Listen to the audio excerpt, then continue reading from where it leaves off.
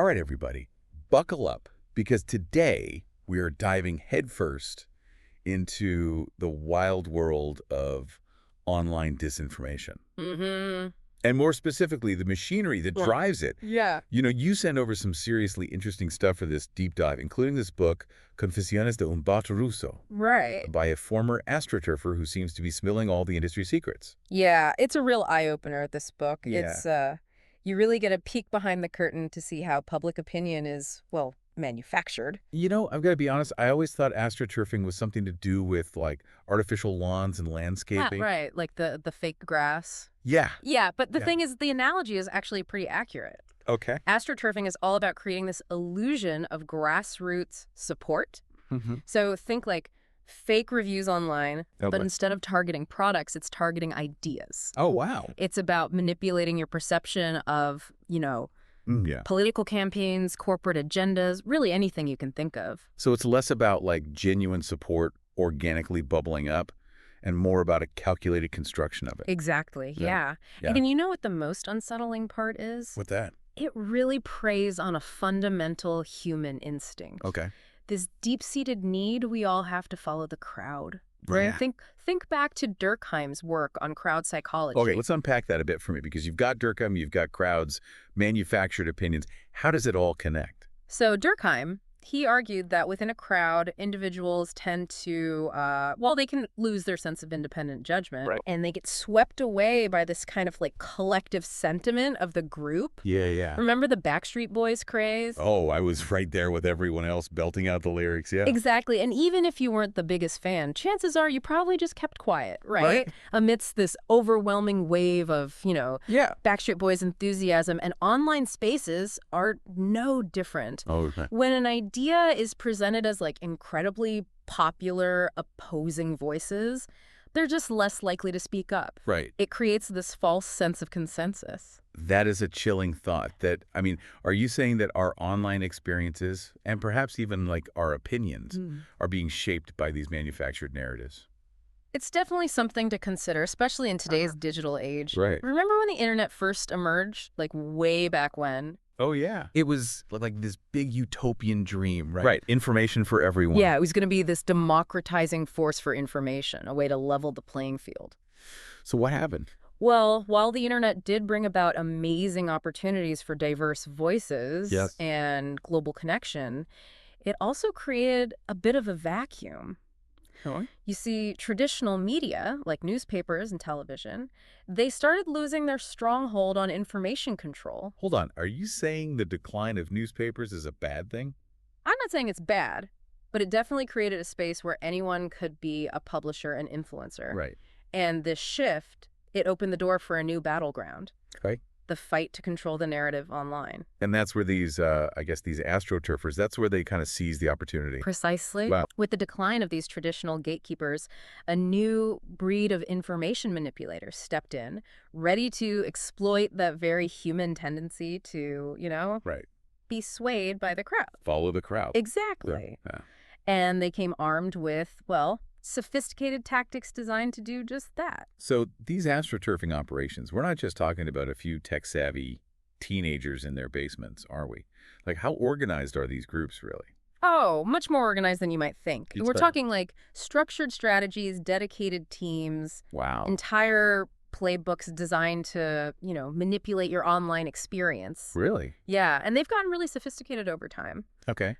Just take the evolution of bots, for instance. Right. Bots, so those are those kind of like spam accounts that follow you en masse. Yeah. And then like vanish without a trace. Exactly, yeah. And while they're still a part of the game, their effectiveness, it's waning. Yeah. Social media platforms are catching on, I know. They're shutting them down more efficiently these days. Sure. Plus, just like the logistics of it all, like anonymously obtaining SIM cards for a small army of bots. Right. That's become a real nightmare. So if not an army of bots, then what's their weapon of choice now? Well, that's where the what they call troll centers come in. Troll centers. Yeah. What is a troll center? So basically, these are like physical offices Wow. filled with, paid individuals Okay. whose sole job it is to manage these fake accounts.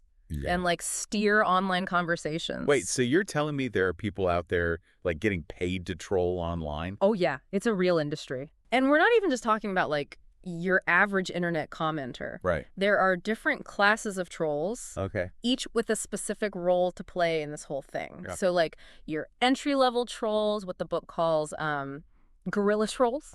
Guerrilla trolls. Yeah, so these are essentially like the foot soldiers, right? Okay. Their job is to just flood comment sections, Right. generate noise, Mm. negativity. Just kind of cause chaos. Yeah, disrupt any genuine conversation from actually taking root. So digital chaos agents. Exactly. Okay, so annoying, I guess, but not exactly like strategic. Well, that's where the beta trolls come in. Beta trolls. Okay, so these trolls, they're given specific talking points. Okay. They're tasked with injecting them strategically into conversations, So subtly nudging public opinion. Interesting. like in a particular direction. Oh, okay. Yeah. So more targeted manipulation, but are we talking like puppet masters yet? Well, this is where it gets really interesting. Okay. You have the top tier, the alpha trolls. Half of trolls. These are the real MVPs. Okay. So imagine a network of like meticulously crafted Okay. fake influencers designed to appear completely authentic. Fake influencers. Yeah. How do they even pull that off? It's a slow burn, but it's incredibly effective. Okay. They build these profiles patiently, right? Yeah. So they appear as like seemingly normal people with lives, hobbies, interests. Right. But the key is they strategically follow and engage with real users, Okay. particularly Let me guess. Particularly users with influence exactly. in their target communities, Yeah. right? Exactly. They're building credibility. Oh, wow. right. Yeah. And then they can subtly weave in their agenda. So sneaky. Like they might drop a harmless comment on a popular post. Right. Thing perfectly aligned with trending topics. Yeah. It seems organic, but really it's all calculated to plant a seed, A seed that grows into what exactly? Well, that's where the third tactic comes into play. Okay, the third tactic. This is the construction of entire fake ecosystems. Fake ecosystems. Okay, now you're losing me a little. So think like websites disguised as legitimate news sources. Oh, wow. Social media groups posing as grassroots movements. Really? Even complex networks of seemingly independent accounts. Okay. But they're all echoing the same message. So you're saying I could be reading a news article online that was completely fabricated by someone in a troll center somewhere. It's not only possible, it's incredibly common. This is wild. And that's why understanding these tactics is so crucial, because Right. they're designed to be invisible, Right. to blend seamlessly into your online experience. Wow. But once you learn to recognize the signs, Okay. you start to see them everywhere. This is all a bit unsettling, I gotta say. Yeah. The level of organization, the resources poured into this, I mean, It's a big operation. it really is. Yeah, it's a bit unnerving. Yeah, and we haven't even touched upon how they weaponize this information. That's where things get even more interesting and concerning. Okay, so you've officially piqued my curiosity, but also I'm a little wary of my own browser right now. Understood. Fake ecosystems, troll armies. I mean, this sounds like something out of a sci-fi thriller. Right. But how do these tactics actually translate to real-world impact? Yeah. I mean, it can't just be about flooding the internet with random comments, right? It's about crafting the perfect message Yes. at precisely the right moment. Yeah. And the key ingredient in all of this, language. Language. Remember Obama's Yes We Can campaign? Oh, yeah, sure. Yeah. It wasn't just a catchy slogan. Right. It tapped into this deep-seated yearning for progress and change. Right.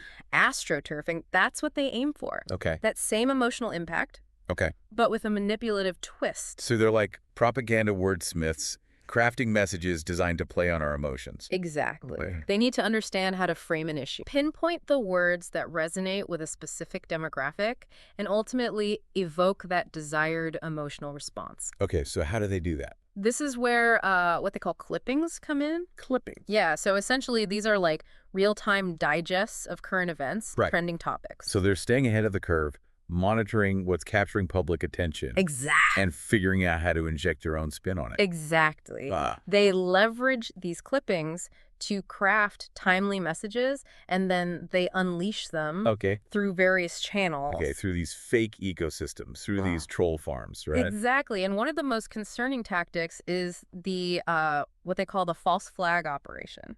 False flag. That sounds ominous. Yeah, so imagine this, a fake social media account meticulously crafted to mimic like a real person, Right. say a left-leaning activist, for Yeah. example. This account starts posting, inflammatory content, Okay. maybe something offensive, maybe even promoting violence. And people fall for it, believing this is a genuine activist. Many do, and it's all about exploiting existing biases, Right. prejudices. Okay. When people see the supposed leftists saying these outrageous things, Yeah.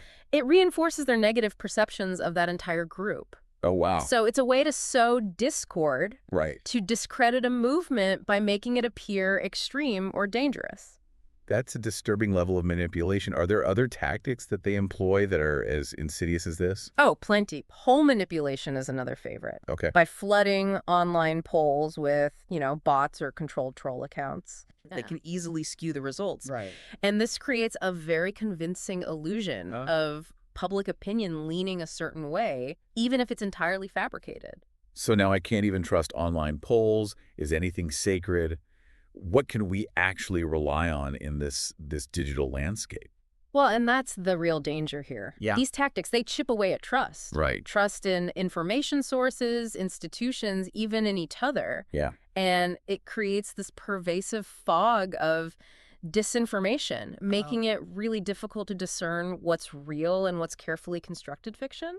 I got to say, after diving into all of this, a part of me just wants to delete all my social media accounts, throw my phone in the ocean, and, live off the grid. Yeah. But in all seriousness, this has been really eye-opening and a little unnerving, to be honest. Yeah. But I definitely feel like I'm looking at my own online world with a new level of scrutiny. Good. So thank you for walking us through this intricate and honestly kind of terrifying world of astroturfing. Of course. It's definitely clear that in our increasingly digital world, a critical mind is our most valuable tool. Absolutely. Well, that's all the time we have for today's deep dive. Thank you all so much for listening.